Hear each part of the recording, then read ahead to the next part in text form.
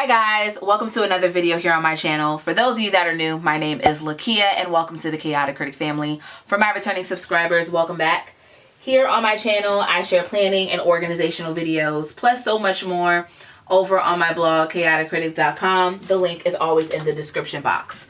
The whole premise of my channel is to share with you guys how I'm crushing the chaos in my life with hopes that you'll be inspired and encouraged to crush the chaos in yours.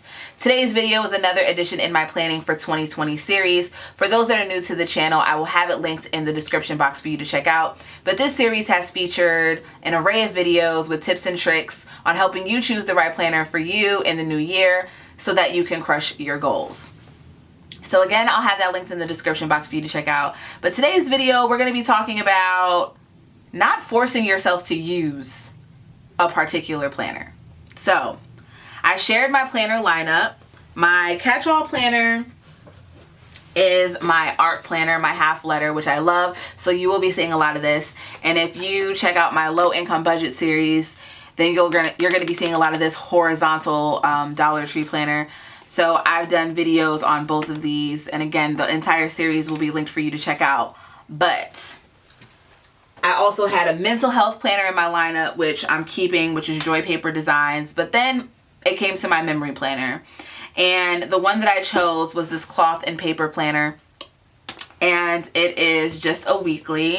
So I did share this in the cloth and paper October stationery box unboxing video that I did, but just to share with you guys really quickly the layout. So each month you have the month itself, you have this page here with birthdays, important days, weekly habits, and a to-do list, the month on 2 pages, and then the weekly layout, which has the calendar over here, and then the priorities 1 through 3. So I've seen people use this as a memory planner, and I was like, cool, great, I could use this as a memory planner. But the issue with that is I wanted to use it as a memory planner because 1, I paid for the subscription box, and 2, it really is a beautiful planner. And sometimes I feel like my style has to be more sophisticated as I'm getting older, and it's planning. Like, have fun with it, like it, love it. Like, I don't have to box myself into this planner, and that's not to say that I don't love this planner. This particular layout is just not for me. I tried this layout. This planner itself came in the subscription box, but also this layout for the month of November came in the box as well, and it's just not me.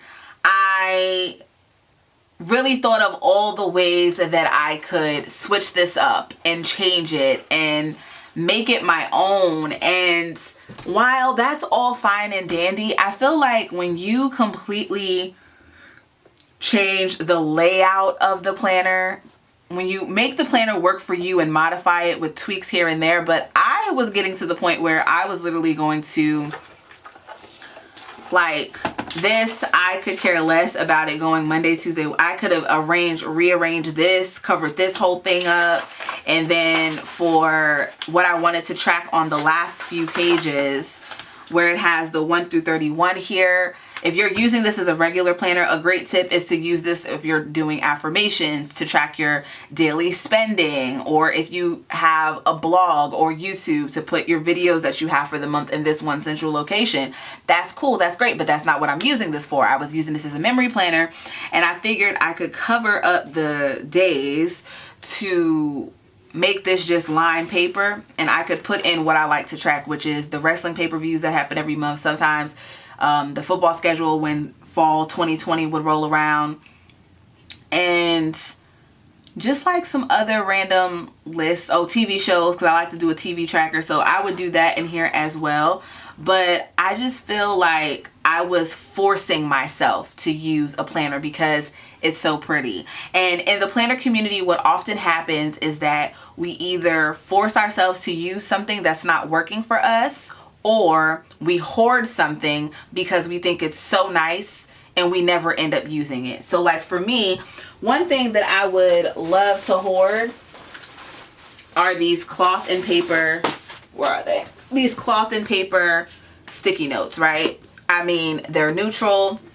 Why should I use them? I should just, use the other sticky notes that I have. But one thing I told myself when I got this box is that if I'm buying it, I'm either going to find someone that can use what I'm not using, or I'm just going to straight up use it. There's no sense in me saving sticky notes for the sake of having cute sticky notes. And I know that there's people that do that. And if that's you, look, it's you. But one of my things in changing my mindset and really going through all of the planner stuff that I have is that I don't want to continue to just keep things to keep them. I want to keep things, if I want my life to be in a way of the people that I'm attracting and the things that I'm doing being productive, I want to have the elements that I'm using to serve me in that same way. So hoarding sticky notes for me right now is not going to help me. Hoarding pens is not going to help me. Having, you know, planners being sent to me and just sharing them with you guys and not giving back to my community that is looking at what I'm sharing and is engaging and interested and could use what I'm not using is not helping me. So this planner is going to be going to my sister. She is a sophomore in high school. She loves the layout of it, and I'm going to be giving it to her. She wanted something simple. This is something that can go in her book bag. There's a little pocket here for each of the days. She can put in the birthdays, important dates such as like tests and stuff she may have, whatever habits she wants to track, her running to-do list, what have you. Who knows? She'll get more use of this monthly than I would, and she really just likes the clean look of this planner. So I love that I was able to get some of the goodies from the cloth and paper box for sure, and I don't regret buying the box. I think that Cloth and Paper is an amazing brand. This is just not the layout that works for me. And just because you don't like something that a brand puts out doesn't mean you don't like the brand. It's just that this layout doesn't work for me. The week on 2 pages doesn't do anything for me. I do like the Cloth and Paper daily inserts, which I'm still debating on whether I'm going to get or not. I do love the neutral planner accessories in general that is available, so I would definitely purchase those again. And it's just that this layout is just not going to do me any good. And I'm not just thinking of this from a daily planner. I'm thinking about what I wanted to use this for. Well, a weekly planner, I should say. But I'm thinking of what I wanted to use this for. And this was for a memory planner. And it's just not going to do anything for me. So I'm going back to basics of the dot grid. The first one that I was going to use is actually one I got from Michael's. And that one is right here. So I got this on clearance from Michael's, and it says make excuses, not things. And it is just, it's a larger dot grid. It is a paperback, and this is all the stuff that I wanted to transfer into the notebook. But I ended up getting a couple notebooks from Clever Fox, and I can't wait to use these. So this is the Clever Fox dotted journal, which I love, and it's compact size. It does have numbered pages, premium paper, and 5mm spacing. So just to show you guys, it also has 3 bookmarks down here, an elastic for your pen, and then a strap here. And I'm a Steelers fan, so this black and gold is doing things for me. I like it. I like it a lot. So getting into this really quick, you have, if you wanted to use this as a regular bullet journal for day-to-day planning, you do have this reference and content here. Basically an index is what the content section is, and then page 1 starts here. I will say that I wish that page 1 would have started here, because I don't really care about these pages right here, the content and the reference page. I don't really care, but I'm not waiting until January to start using this. I'm gonna use this now, and I'm gonna put in it what I want to put in it. And I love a good dot grid journal. I really, really do. So for those of you that are out there that are trying to decide on what planner you should choose, and you feel like you want structure, but the structure that you're finding is just not really what you need, try using a bullet journal.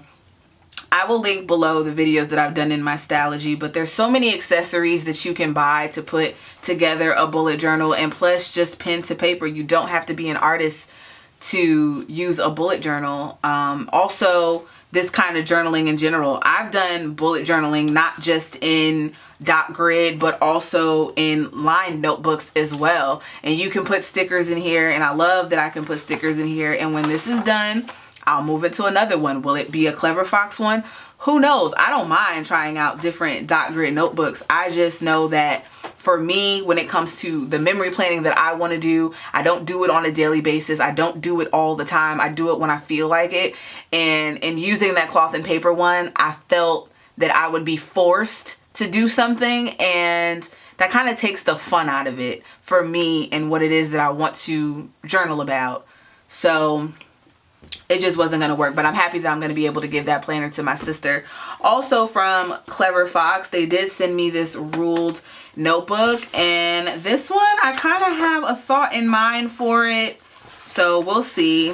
These also do come with stickers, y'all, the regular Clever Fox stickers, and to be honest, I'm not a huge fan of the stickers, but anyway.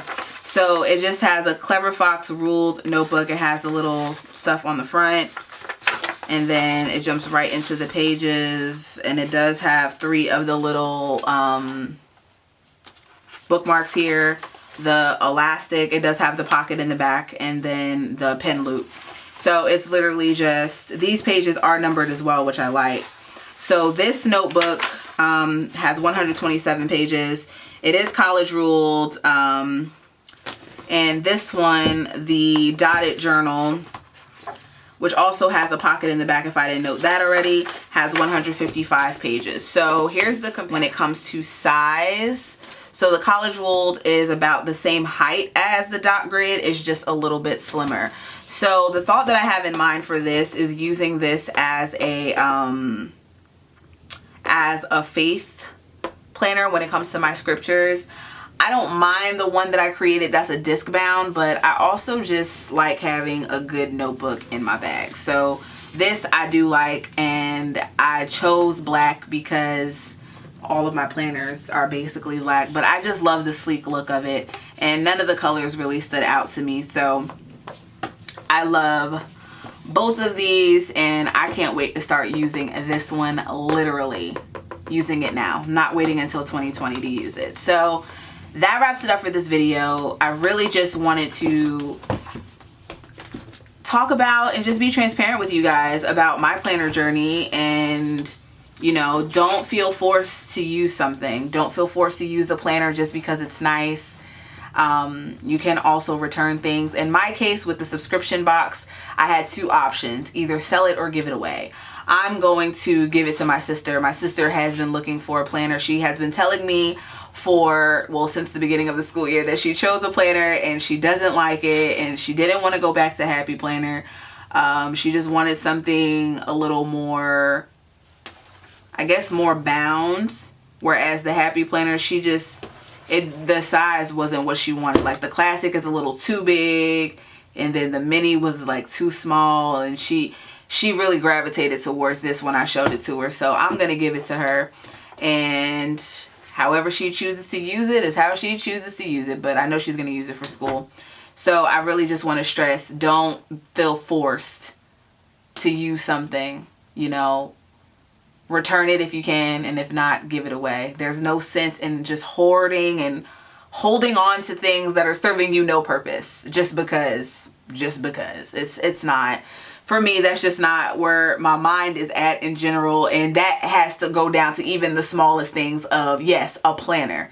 But that is my video for today. Thank you guys so much for tuning in. If you have any questions or suggestions, feel free to leave them in the comment section below. Be sure to check out all the links in the description box, which will have links to related videos, the entire Planning for 2020 series, my related blog posts. I'll have information on Clever Fox in general, and of course the links to my blog and Instagram. The blog is chaoticcritic.com. My Instagram is @chaoticcritic. If you're not subscribed to the Chaotic Critic fam, what are you waiting for? Hit that subscribe button and the notification bell so you can be notified of my latest posts. And for all of you that are, I thank you so much, and I will see you guys in my next video. Bye.